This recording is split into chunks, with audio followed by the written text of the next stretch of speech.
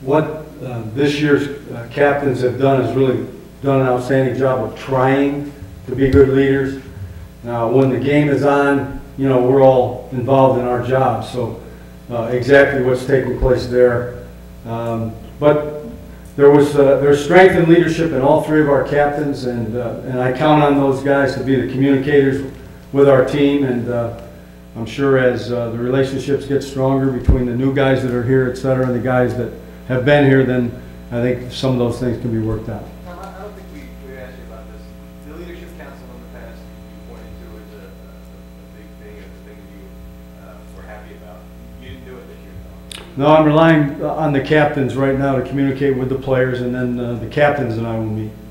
So you feel like just those guys would be... At this point in time, I feel good about that, unless if that wants to be brought up by the captains or by me in one of our meetings, that would be fine. I did not feel that the Leadership Council a year ago was as effective as it's been in the past.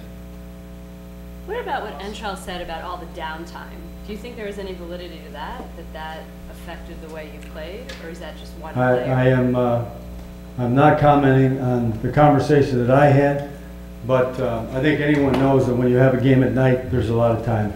There's a lot of time that you wait to play. I know that none of this, you'd much rather talk about football than any of this stuff.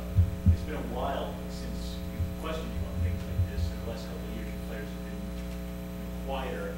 How do you get them back to that, and do you have any reason why all of a sudden there's guys talking to the media and openly complaining? I really don't. I'm not sure what.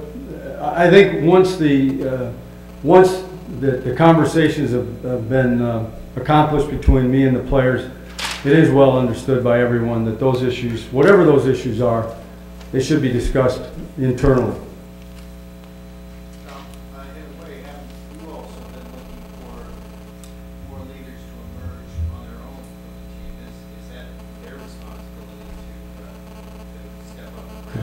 To do it the right way. Yes, we are always looking for guys who are strong and who will lend to the leadership process. You cannot do it just as a captain. You have to have an outstanding group around you. You know, before you can be a great leader, you got to be a great follower. So, yes, no question about that. However, it all has to be done in a very positive and good way. Do you think a guy like Roll or Bull comes into this situation has to sit back for a while before he can maybe make his presence felt as a leader? I think that you have a couple of different ways in which that is being accomplished. I think the personality of the individual is one thing, but however, I do give credit to those that make an attempt to do it. And first of all, it has to be done by example. And it's done on the field, it's done in the classroom, et cetera, et cetera. Just proving the point that the only interest is the number one interest in making our team a better team.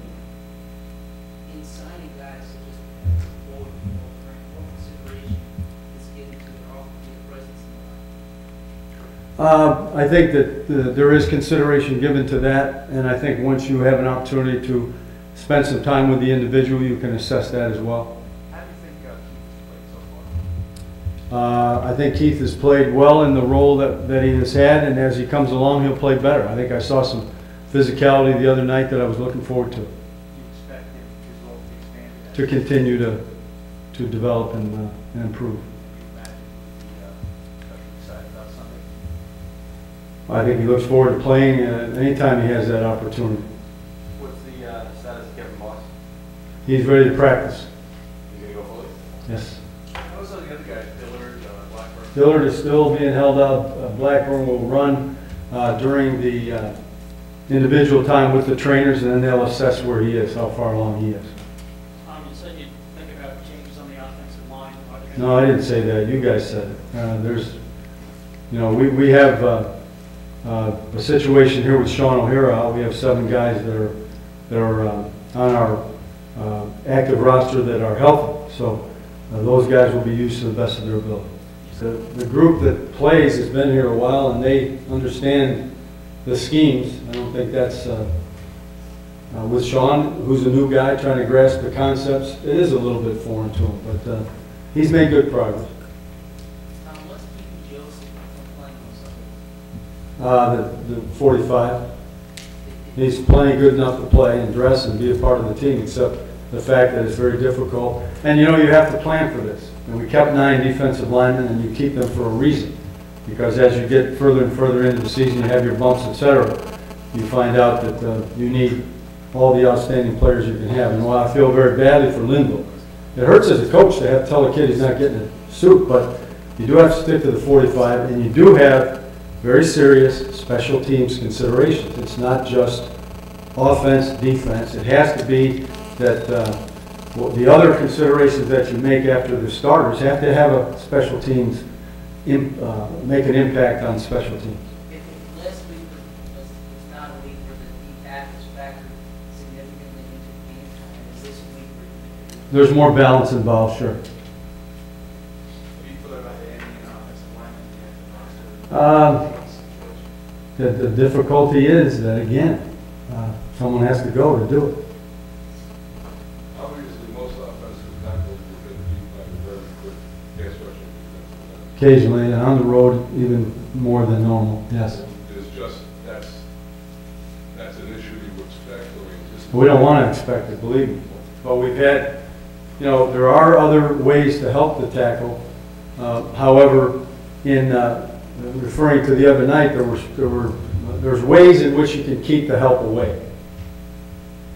I'll leave it at that. Tom, given that Kerry Collins relieved last weekend and he is so different than Vince Young, as you go into practice this week, how much do you have to deal with the two-headed quarterback situation? Well, I think we prepare for Vince Young because, quite frankly, it's been stated that he would be the starter. Tom, how has he changed since you saw him in 06, if he has at all? Oh, he's much more in control of the game. He's much more poised. He's much more calm in the pocket. The ball comes out quicker. Will you stress to these guys, having remembered that 06 game, to not sleep on them if they should get a lead? Sleep. To be ready, expect a comeback. I'll put it to you that way. It's a 60-minute game, and it'll be a 4-quarter game without a doubt. You can make an emphasis to make sure that he's on the ground when he I knew that was coming. Let's not ask any more about that play. Slept pretty good since then. You talk about Jeff Fisher, you respect for him, you think that his longevity, you've coached against him 18 times. Coached against him a lot. I've been in Iraq with Jeff. Good friend, good coach, and the representative of that franchise for a long time. Is Chris Johnson one of a kind of He's unique, let's put it that way. I mean, he's extremely fast. I mean, he's got 2 weeks with a 76-yarder and 85-yarder. 85 called back, but nevertheless. He sure does, and he moves the pile. Who would you compare him to? Chris Johnson. What about recently? I'm not into apples and oranges, no. Is he like Brian Westbrook? No, I wouldn't say that, no. Different, two different kind of players. About your Johnson, No, he won't practice either. Aaron's gonna practice, yeah. Okay? Thank you. Thank you.